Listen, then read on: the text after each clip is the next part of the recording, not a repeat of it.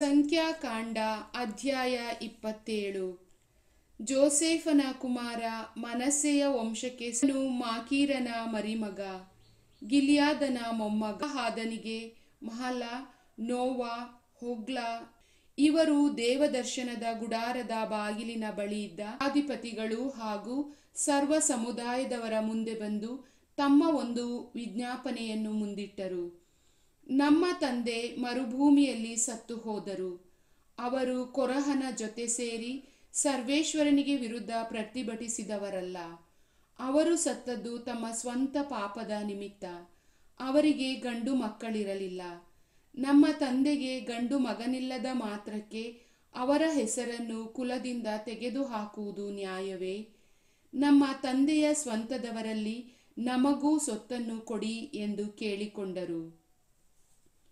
ಮೋಶೆ ಅವರ ವಿಜ್ಞಾಪನೆಯನ್ನು ಸರ್ವೇಶ್ವರನ ಸಮ್ಮುಖದಲ್ಲಿ ವಿಚಾರಿಸಿದನು. ಅವರು ಆತನಿಗೆ ಹೀಗೆಂದು ವಿಧಿಸಿದರು: ಚಲ್ಫಹಾದನ ಮಕ್ಕಳು ಕೇಳುವುದು ನ್ಯಾಯವಾಗಿದೆ. ಅವರ ತಂದೆಯ ಸ್ವಂತದವರಲ್ಲಿ ಅವರಿಗೂ ಸ್ವತ್ತನ್ನು ಕೊಡು. ತಂದೆಯ ಸ್ವತ್ತು ಅವರಿಗೆ ಸೇರಲಿ. ಇದಲ್ಲದೆ ಇಸ್ರಾಯೇಲರಿಗೆ ನೀನು ಹೀಗೆಂದು ಆಜ್ಞಾಪಿಸು: ಯಾವನಾದರೂ ಮಗನಿಲ್ಲದೆ ಸತ್ತರೆ ಅವನ ಸ್ವತ್ತು ಅವನ ಮಗಳಿಗೆ ಸೇರಬೇಕು. ಮಗಳು ಇಲ್ಲದ ಪಕ್ಷಕ್ಕೆ ಅವನ ಸ್ವತ್ತು ಅವನ ಅಣ್ಣ ತಮ್ಮಂದಿರಿಗೆ ಸೇರಬೇಕು. ಅಣ್ಣ ತಮ್ಮಂದಿರಿಲ್ಲದ ಪಕ್ಷಕ್ಕೆ ತಂದೆಯ ಅಣ್ಣ ತಮ್ಮಂದಿರಿಗೆ ಸೇರಬೇಕು.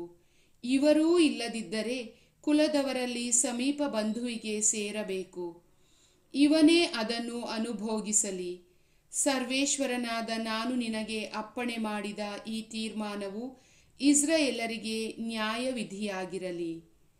ಸರ್ವೇಶ್ವರ ಮೋಶೆಗೆ ಹೀಗೆಂದರು: ನೀನು ಈ ಅಬಾರೀಮ್ ಬೆಟ್ಟವನ್ನು ಹತ್ತಿ ಇಸ್ರಾಯೇಲರಿಗೆ ನಾನು ವಾಗ್ದಾನ ಮಾಡಿದ ನಾಡನ್ನು ನೋಡು. ನೋಡಿದ ಮೇಲೆ ನಿನ್ನ ಅಣ್ಣ ಆರೋನನು ಮರಣ ಹೊಂದಿ ಪಿತೃಗಳ ಬಳಿಗೆ ಸೇರಿದಂತೆ ನೀನೂ ಕೂಡ ಸೇರಬೇಕು.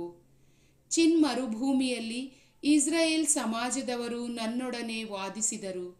ಆಗ ನೀವಿಬ್ಬರು ನನ್ನ ಗೌರವವನ್ನು ಅವರ ಮುಂದೆ ಕಾಪಾಡದೆ ಹೋದಿರಿ, ನನ್ನ ಆಜ್ಞೆಯನ್ನು ಉಲ್ಲಂಘಿಸಿದಿರಿ. ಆದ್ದರಿಂದ ನೀವು ಆ ನಾಡನ್ನು ಸೇರಬಾರದು.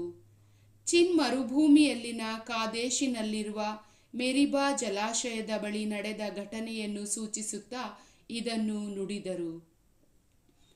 ಆಗ ಮೋಶೆ ಸರ್ವೇಶ್ವರನಿಗೆ: ಸರ್ವೇಶ್ವರ, ಎಲ್ಲ ಪ್ರಾಣಿಗಳಿಗೆ ಜೀವದಾತ ದೇವರೇ, ನಿಮ್ಮವರಾದ ಈ ಸಮಾಜದವರು ಕುರುಬನಿಲ್ಲದ ಕುರಿಗಳಂತಾಗಬಾರದು. ಆದ್ದರಿಂದ ಅವರ ಕೆಲಸ ಕಾರ್ಯಗಳನ್ನು ನಿರ್ವಹಿಸುವುದಕ್ಕೂ ಅವರನ್ನು ಮುನ್ನಡೆಸುವುದಕ್ಕೂ ಹಿಂದಕ್ಕೆ ಕರೆದು ತರುವುದಕ್ಕೂ ಒಬ್ಬ ನಾಯಕನನ್ನು ನೇಮಿಸಿ ಎಂದು ಮನವಿ ಮಾಡಿಕೊಂಡನು. ಅದಕ್ಕೆ ಸರ್ವೇಶ್ವರ: ನೂನನ ಮಗ ಯೆಹೋಶುವನು ಆತ್ಮವರ ಸಂಪನ್ನನು. ಅವನನ್ನು ಮಹಾಯಾಜಕನಾದ ಎಲಾಜರನ ಮುಂದೆ ಹಾಗೂ ಸಮಾಜದವರೆಲ್ಲರ ಮುಂದೆ ನಿಲ್ಲಿಸು. ಅವನ ಮೇಲೆ ಹಸ್ತ ನಿಕ್ಷೇಪ ಮಾಡಿ ಅವರ ಸಮ್ಮುಖದಲ್ಲೇ ಅಧಿಕಾರ ವಹಿಸಿಕೊಡು. ಸಮಾಜದವರೆಲ್ಲರೂ ಅವನಿಗೆ ವಿಧೇಯರಾಗಿ ಇರುವಂತೆ ನಿನಗಿರುವ ಗೌರವವನ್ನು ಅವನಿಗೆ ಕೊಡು. ದೈವೇಚ್ಛೆಯನ್ನು ತಿಳಿದುಕೊಳ್ಳಲು ಅವನು ಮಹಾಯಾಜಕ ಎಲಾಜರನ ಹತ್ತಿರ ಇರಬೇಕು. ಎಲಾಜರನು ಸರ್ವೇಶ್ವರನ ಸನ್ನಿಧಿಯಲ್ಲಿ ಊರೀಮ್ ಎಂಬ ವಸ್ತುವಿನ ಮೂಲಕ ಅವನ ಪರವಾಗಿ ವಿಚಾರಿಸುವನು. ಯೆಹೋಶುವನು ಮತ್ತು ಇಸ್ರಾಯೇಲ್ ಸಮಾಜದವರೆಲ್ಲರೂ ಅವನ ಮಾತಿನಂತೆ ಹೊರಡಬೇಕು ಹಾಗೂ ಹಿಂದಿರುಗಬೇಕು ಎಂದು ಆಜ್ಞಾಪಿಸಿದರು. ಸರ್ವೇಶ್ವರನ ಅಪ್ಪಣೆಯ ಮೇರೆಗೆ ಮೋಶೆ ಯೆಹೋಶುವನನ್ನು ಮಹಾಯಾಜಕ ಎಲಾಜರನ ಮತ್ತು ಸಮಾಜದವರೆಲ್ಲರ ಮುಂದೆ ನಿಲ್ಲಿಸಿ ಅವನ ಮೇಲೆ ಹಸ್ತ ನಿಕ್ಷೇಪ ಮಾಡಿ ಅವನಿಗೆ ಅಧಿಕಾರವನ್ನು ವಹಿಸಿಕೊಟ್ಟನು.